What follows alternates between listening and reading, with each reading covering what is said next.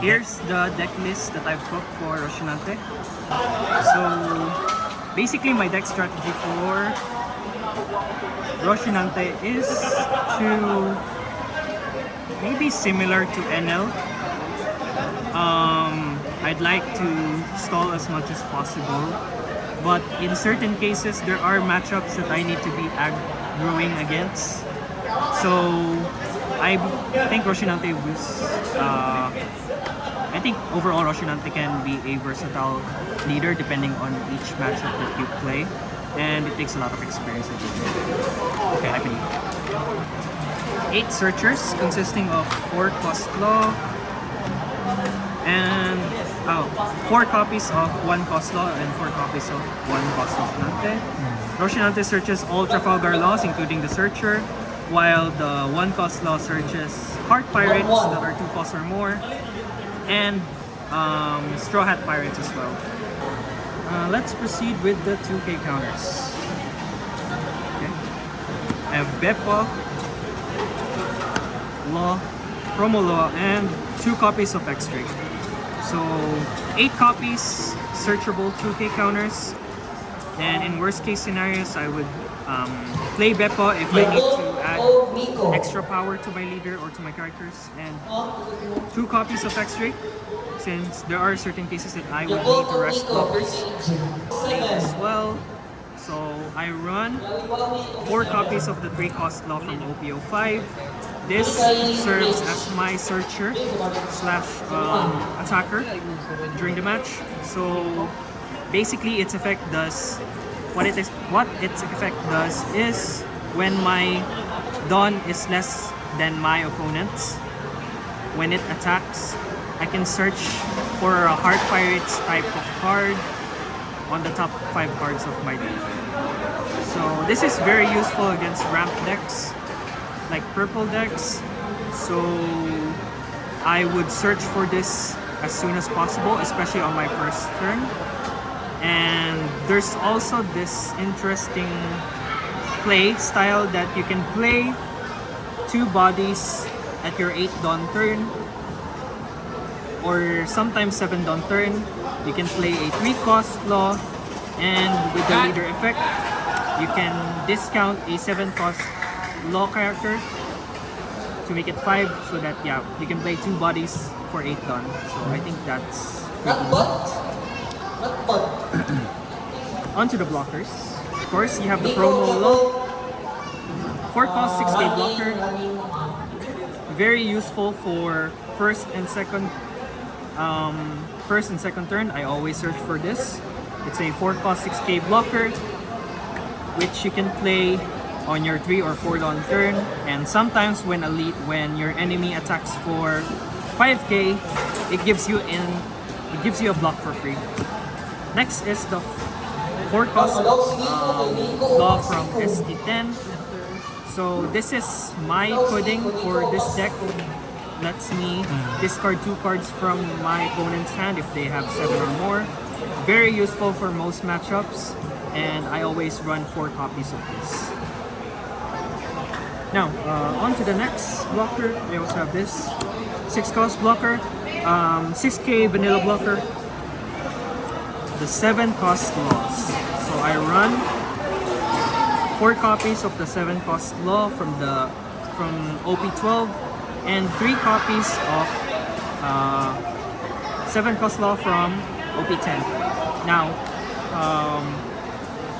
I could run 4 copies of this, but for this particular day, I decided to run 3 cards because I have some interesting cards to be that I added during my weeklies.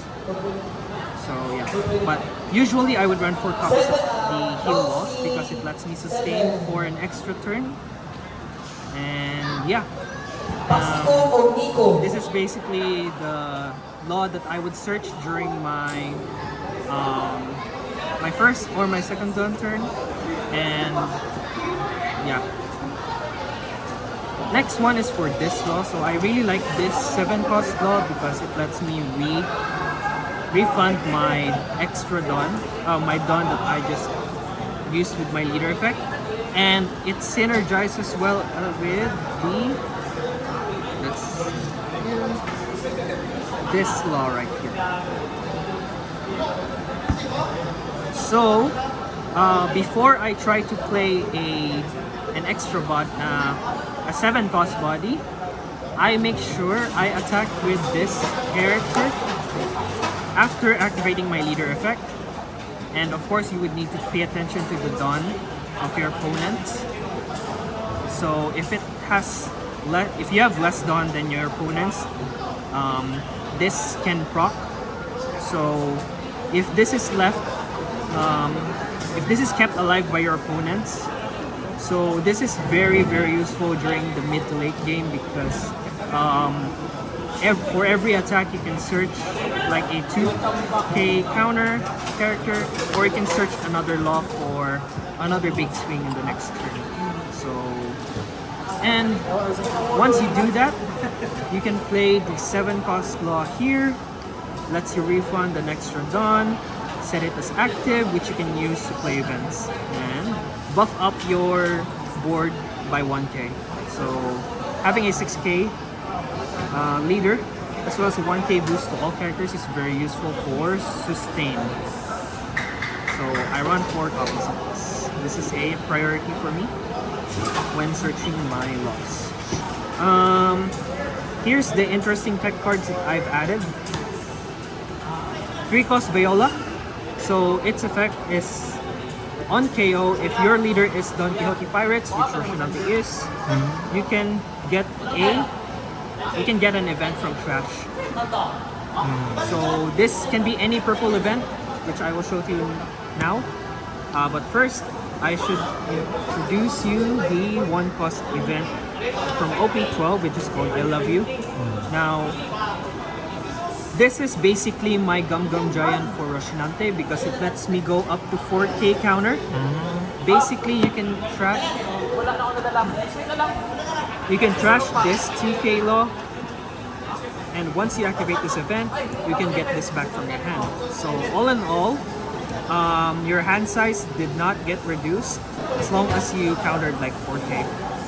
If you can't refund this law, there's also some cases that you would refund the 7-cost heal law for extra sustain, or the 7-cost law for extra body. Tech event, sorry. 2 copies of Gamma Knife, 2 copies of Moronor Beam Sword, and 1 copy of... this is a really long name, but it's just is... it grants unblockable to a law character and give plus 2k power. I added Viola because of this events right here. So I can activate the trigger for this. First of all, I can activate the triggers for these events. So it lets me ramp up and play an even bigger body in the next turn. And I can just refund it back when this gets KO'd. And the only downside for this is that it cannot be searched. For instance, Viola cannot be searched, and Moronor Beam Sword cannot be searched. So this is purely a tech card, and you won't expect to get this all of the time. So if you're lucky, you can have this in your hand and just save it for the late game. So yeah, I should give a shout out to Moronor Beam Sword as well. This landed me a win. Moronor Beam Sword lets me remove an extra character that's going to attack, so very insane tech card for Roshinante, and my opponents did not expect this card, to be honest. So that's about it for my deck list. Gara, yeah. So Kalgara was my first matchup, so my playstyle during that matchup is for me to go for the opponent's board as much as possible and remove his hand size. So all in all, my playstyle was just to sustain until the late game, and 7-cost law from OP10 helped me out a lot to save an extra turn, and luckily my opponent did not attack really much with its characters, so I decided to swing like 5k or 6k to the leader and swing big for the characters if there are any rested. I played against Bonney from OP13. So Yellow Bonney was a difficult matchup for me because of the triggers that it has. So I didn't really have any sort of playstyle for Bonney, but for that particular matchup, I decided to go for the board. I'm not sure if this is the right matchup. So basically, I was afraid to land any triggers for Bonney. So if there are any rested characters on board, I would try to attack it, even if it's Okiku from the 4-cost Okiku or the 6-cost Kuma. Doesn't matter. As long as I can survive the late game and build up my bodies in the late game, then I would go for the final swing with 4 bodies, which is what I did in the last turn. He had no blockers, and luckily he didn't hit any triggers, so I just swing 9k each to all my present loss that are in the field, even though if I'm at 0 life. So yeah, blue buggy from OP09. Now for the blue buggy matchup, so I really paid attention to my first mulligan. So as much as possible, I didn't want to have any 3-cost or 4-cost bodies on board because I know that Buggy has the 7-cost promo. So yeah, I was lucky enough to only draw 1 4-cost blocker, which is the promo law, which is okay. And then my opponent played the 7-cost promo law, meaning all 4-cost and 3-cost characters cannot attack, but that would be okay because my promo law would only serve as a blocker for each time Buggy swings for 5k. And when Buggy builds its board, he tends to swing for only 5k or 6k, which gives me some extra time to build up my board while protecting my life. As long as I had these 2 cards, which is the 4-cost blocker law and this 7-cost law, which buffs my characters and my leader up to 1000 power. So it was pretty easy to block characters that are 6k or sometimes 7k. And finally, I had the 4-cost law on standby, the one from ST10. This one right here. This saved me a lot of matchups for Buggy, so I decided to do the same for my recent matchup. It lets me discard his hand for 2, and luckily when I played this, I was able to discard Mihawk and the 10-cost Buggy that can bottom deck any character. So this saved me the match, and yeah. Goldie Roger from OP13. Now this matchup is very difficult. Playstyle during the matches to put in as much big bodies as possible, and I suppose survive for the late game. I'm not exactly too sure, but I somehow won that match due to a timeout. So basically, me and my opponent had already reached the 30-minute mark, and we had already exceeded the turn 0 to turn 3. And at the end of the match, I had 2 life and the opponent had 0 life. And it's all thanks to this law right here, 7-cost heal law. My basic strategy during that match is to play 1 big body and play 1 blocker at minimum, so that I can sustain the match. It doesn't matter what kind of blocker it is, so long as I can save my life, that would be fine. And at the end of the match, we had to judge call to count the life of me and my opponents, and fortunately I was able to win that match because of it. Any shout outs?